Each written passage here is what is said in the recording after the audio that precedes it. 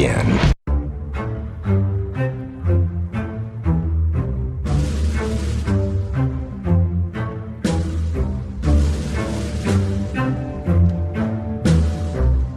How's it going, fellow members of DCU Nation? This is the real Brad Bell coming at you with our very first video on this channel. It's going to be a review of the Deluxe Hardcover 35th Anniversary Edition of the iconic DC storyline Crisis on Infinite Earths. Here's what this isn't. This isn't a review of the storyline, which is probably on par with the Infinity Gauntlet as the most iconic and talked about comic book story for Marvel and DC at that time. We're going to actually break these down issue by issue in upcoming episodes of the Tour of the DC Universe podcast over the coming months. So you be sure to check that out. It'll be on this YouTube channel. And of course, we will continue to try to have these hardcover graphic novel reviews, more reviewing the quality of the book than the content. Of course, something like this, I'm not going to spoil the major parts of the book, but I am going to flip through the book, so there may be spoilers. So if you're kind of waiting to check that out, check this out rather, maybe come back to this video. But let's go ahead and see this 35th anniversary edition of Crisis on Infinite Earths hardcover, deluxe hardcover edition. Now, this is going to be the size of your regular omnibuses from DC. If you put it on the shelf with omnibuses, it's going to match up great. Now, what's inside the book? This isn't an omnibus. This isn't every issue of Crisis on Infinite Earths. There's a massive, massive box set that's on Amazon for about $240 right now, if you want to do that. And we'll talk about some other ways you can kind of read most of the tie-ins, not all, but most of the tie-ins from this storyline that defined the year of 1985 into 1986 in DC Comics. This is a 12-issue series. All 12 issues of the main series are in this book. You also get a history of the DC Universe in the back that kind of resets the table for DC continuity moving forward. So let's take a look at the book itself.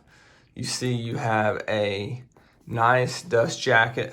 Got the two dueling Supermans, Earth 2 Superman right here, holding Wonder Woman, and Earth 1 Superman, or Superman, I'll say, holding Supergirl. And her fate is pretty established within pop culture.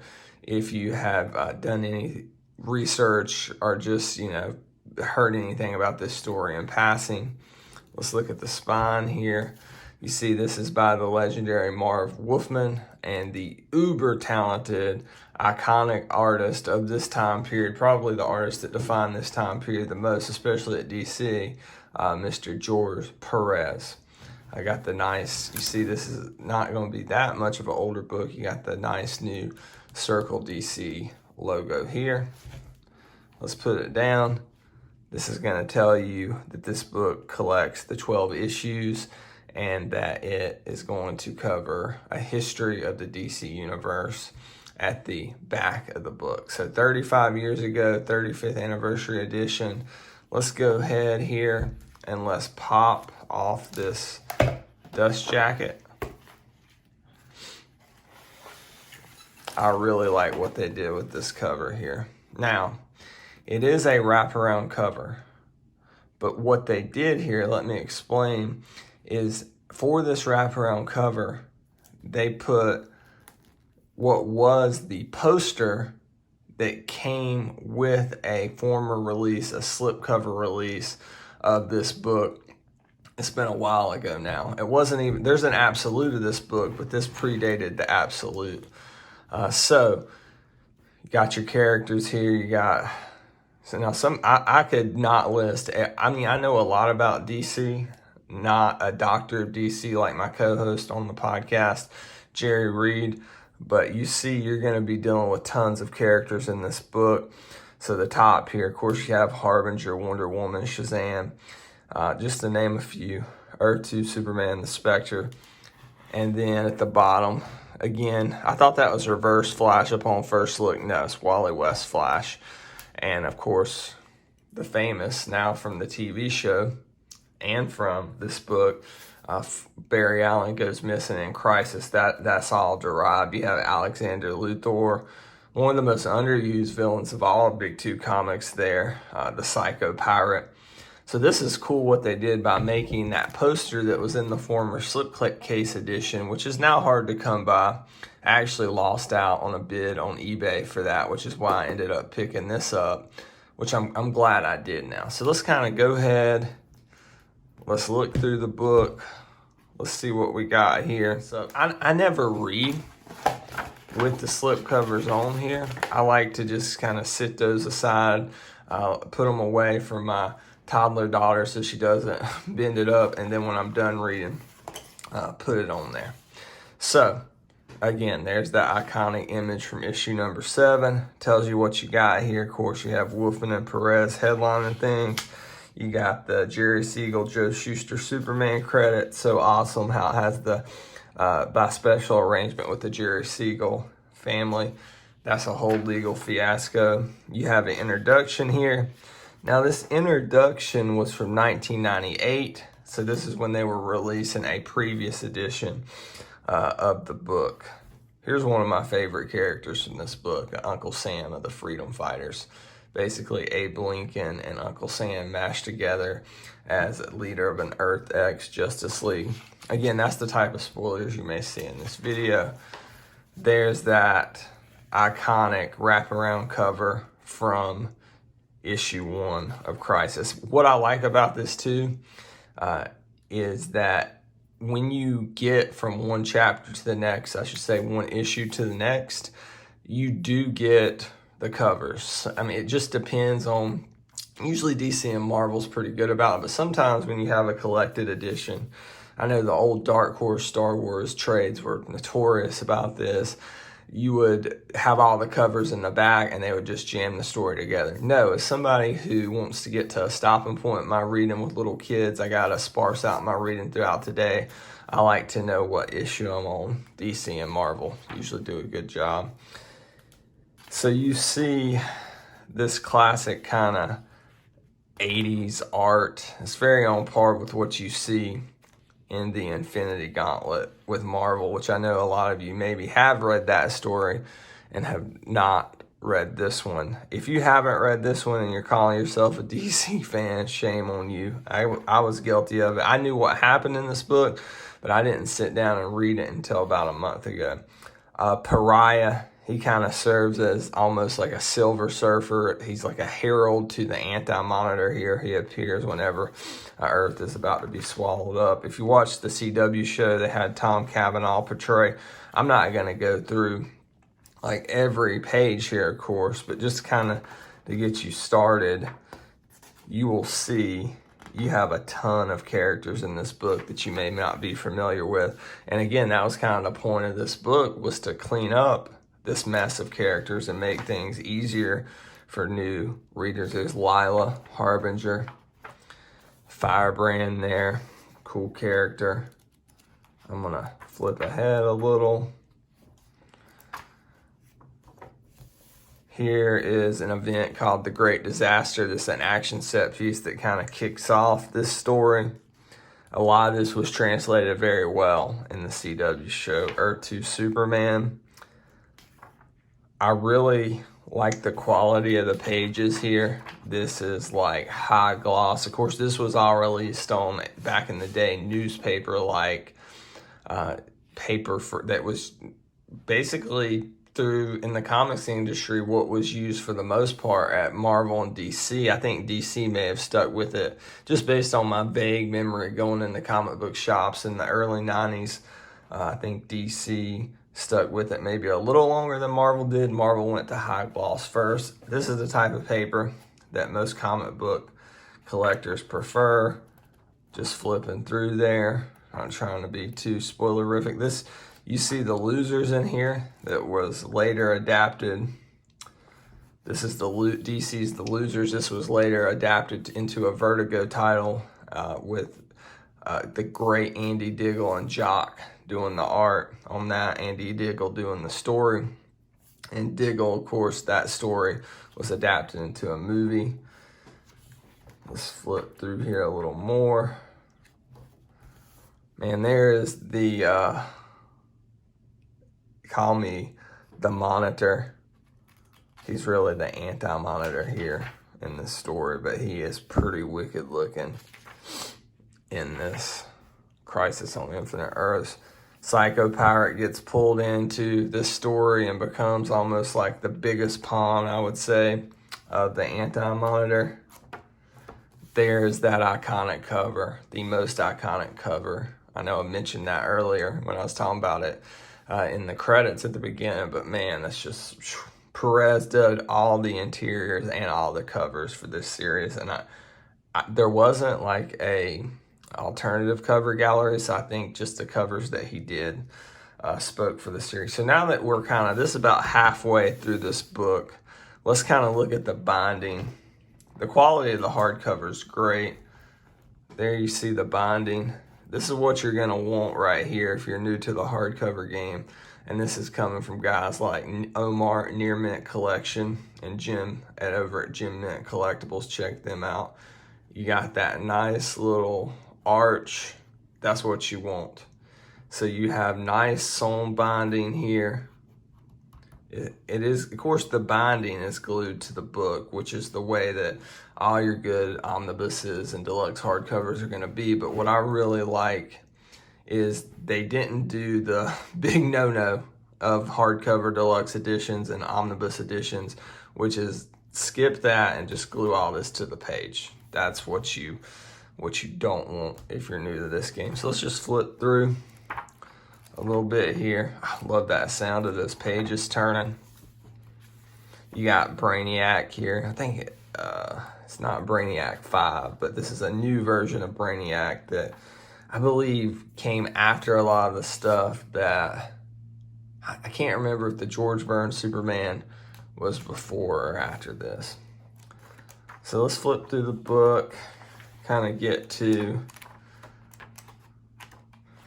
the extras here. Good extras. A lot of times I always read this kind of stuff. Here's an afternote from, I believe, the editor-in-chief, Dick Giordano. I think I'm pronouncing that right. Here's some behind-the-scenes stuff, some scripts from issue 1. This is cool. Death list, all the characters that they thought about killing off and ultimately did kill off. I mean, if you had these sketches, they'd be worth a fortune. These Perez. I love stuff like this. More than I do like the actual sketches of the layout. I love character sketches. Got the Pariah there, Dr. Light, Guy Gardner. Here they got the page layouts. I like how they mirrored that with the actual page itself. And that Dark Side sketch is sick. He doesn't play a huge role in this story, but I mean, his crisis really is Final Crisis, if you keep up with DC stuff. But he is in here. More layouts. This was the History of the DC Universe covers by Alex Ross.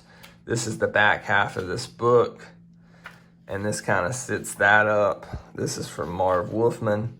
Now, I did not enjoy this that much. Maybe we'll talk about this way down the line on the podcast, but I found this to be tedious. Now, it's gorgeous. Perez almost kind of did painting-like work for this.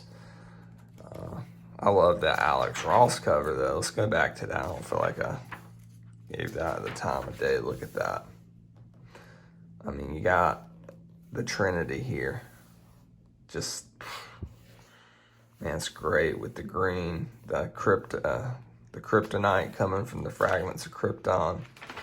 Oh, real quick, sorry. I love this JSA stuff. So let's just look through this history, and I'm not going through every page, but just tell you why I found it kind of tedious. Now, one, they kind of didn't stick with this for long, so if you're reading this now, it's not going to be relevant for continuity. But there's just a bunch of stuff. Now, that was Pariah stuff. That was very relevant to the story. I like that. This stuff's very relevant to the story with Oa and the Guardians and stuff like that, and some of this stuff, I don't know, it was boring. It really tries to, now this was the New Genesis kind of retelling of the Fourth World Jack Kirby stuff. I just found it tedious as we went through human history with a DC spin. I mean, you're talking like Roman times, and I'm a history teacher, so Revolutionary period, the West, like post-Civil War, I guess, the World Wars. There's Abin Sur, the Green Lantern that eventually gives his ring to Hal Jordan. World War II. Now this was where it actually gets interesting, because we start to get to like, there's still Jay Garrick Flash. We get to the JSA stuff. I love Alan Scott Green Lantern. Here's the Injustice Society, and there's the original JSA. If you've been watching Stargirl on the DC Universe app, then the next day on the CW, you'll recognize a lot of these characters like Tigress, Sportsmaster, the Gambler. I mean, some of these there's Solomon Grundy, some of the Brainwave, some of these haven't appeared yet. I can't remember if he's the magician or the wizard. I know he looks like a magician, but it seems like they call him the wizard on the show. But the Injustice Society of America, that stuff's pretty cool. Definitely want to pick up the Jeff Johns JSA Omnibus down the line. Once you get to this part here of this history of the DC Universe, it's really good. All the stuff pre-JSA, kind of just skip it, because the only relevant stuff is they're recapping Crisis on Infinite Earths, and you read that, so it's not really relevant to you. There's Uncle Sam and the Freedom Fighters. Just kind of going to skip ahead here. I mean, here you go. This is where it really starts, right? Superman, the Man of Steel, the Dark Knight, Green Lantern, Flash, Deadman. Some of this stuff is just like, wow, I'm glad they put it in here, because it was new information to me, but it's not anything that really ropes me in. What am I talking, like this right here? I have no interest in this right here. Mockingbird, Sarge Steel. Nah, not my cup of tea. There's Black Lightning. Check that out. It's very cool. Jefferson Pierce. All right, flip through a little more. You're not buying the book for this, right? You're buying the book for the main story. But this is a nice perk. Biographies of Wolfman and Perez. And more bios there. So, is it worth picking up? I got this for $35 on Amazon. So to me, that was a steal. It retails at $50. This, I believe, is kind of, I don't know if it's out of print, but I think they're winding it down. You really don't know now with what DC is doing with their distribution, kind of what's in and out of print, because post-COVID, they're moving away from Diamond, and what they're doing is they are using Midtown Comics, Penguin Random House, and DCBS, Discount Comic Book Services, to distribute their books. So until but Diamond's distributing them through December. So until 2021, it's kind of going to be hard to realize what is in print, what is not, as far as hardcovers and omnibuses and trades. Obviously, the newer stuff coming out, you know what's coming, but as far as the older stuff, what they're continuing to print, that's kind of up in the air. So if you see a hardcover, especially at a fair price that you want, or a trade that's not something brand new, I would recommend jumping on it. To me, this would be worth paying up to $75 for, no more than that. But if you get it for what I got it, I thought it was a steal. Now, the problem with this, if you're just wanting to read this story, you're golden. This is your edition. If you want to read every tie-in, you're going to spend a ton of money buying that big box set I referenced earlier. However, there is a way to read most of the tie-ins, and that's what I'm going to show you now. So let me move this featured part of the review kind of out of the way and bring you to the Crisis on Infinite Earths companion. I'm not going to review these now, the quality of the books, anything. I'm just going to tell you that these are out there, and this one, the Volume 1 companion, I believe is about out of print. So if you can get this, I actually bought it from co-host Jerry Reed. He gave me a good deal for 45 bucks on this. These retail off for 75, which these retail for more than that. What I just showed you, the Crisis on Infinite Earths hardcover, which retails for 50. Now, these, I will show you this real quick. They just have the basic black, kind of the Crisis embalmed there hardcover, so you're not getting like any wraparound splashy art in there. They're all uniform, the 1985 on the back that I just showed you. So there's the first companion. This is going to be something that may be a little harder to get. The next two I'm going to show you, let's go in order. These are on Amazon now for about 50 bucks, even though they retail for 75. There's the Volume 2 companion.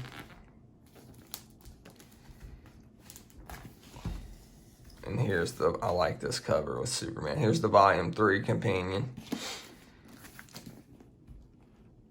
Now, what do you get? I'm going to go over those in a later video. I'm in the process of reading through these companions. If you're a completionist, you see my bookmark there. Big Bad Toy Store. Cool place to get collectibles. Not sponsored in this video, by the way. This stuff, some of it ties in more than others, but it's all kind of, like, for example, there's an issue of Detective Comics where there's just red skies. That's the only tie-in. So you're going to get stuff like that, and then you're going to see stuff that kind of happened off-screen on Crisis on Infinite Earths. So do you need this to understand the story? No. You can understand that story without reading these. Do you need these to kind of get a complete set without buying that huge box set? Yeah. And they all match up with the size of the omnibuses. I want to kind of show you what these look like when they would be put on a shelf with Crisis on Infinite Earths. Now, I kind of have them out. I have them out of order there. No, that's in order. See, perfect size, all match up. 1, 2, 3. Would look great on your shelf. So, check those out if you're a completionist. Unfortunately for me, I am. That's going to do it for our very first video as far as our review of the deluxe hardcover 35th anniversary edition of Crisis on Infinite Earths. Please make sure that you follow us on Instagram at DCU Tour Pod, on Twitter at DCU Tour Pod. Find us on Facebook, search DCU Tour Pod, like our page there. And the biggest thing is to, as far as this video is concerned, like this video, subscribe, and if you really, really like this video, turn on those notifications. You can find me personally on Twitter at TheRealBradBell, DREEL, Brad Bell. Thank you, and as the great Barbara Gordon said, remember to be your own damn hero. Our darkness was deep and seemed to swallow all hope. But these heroes were here the whole time to remind us that hope is real, that you can see it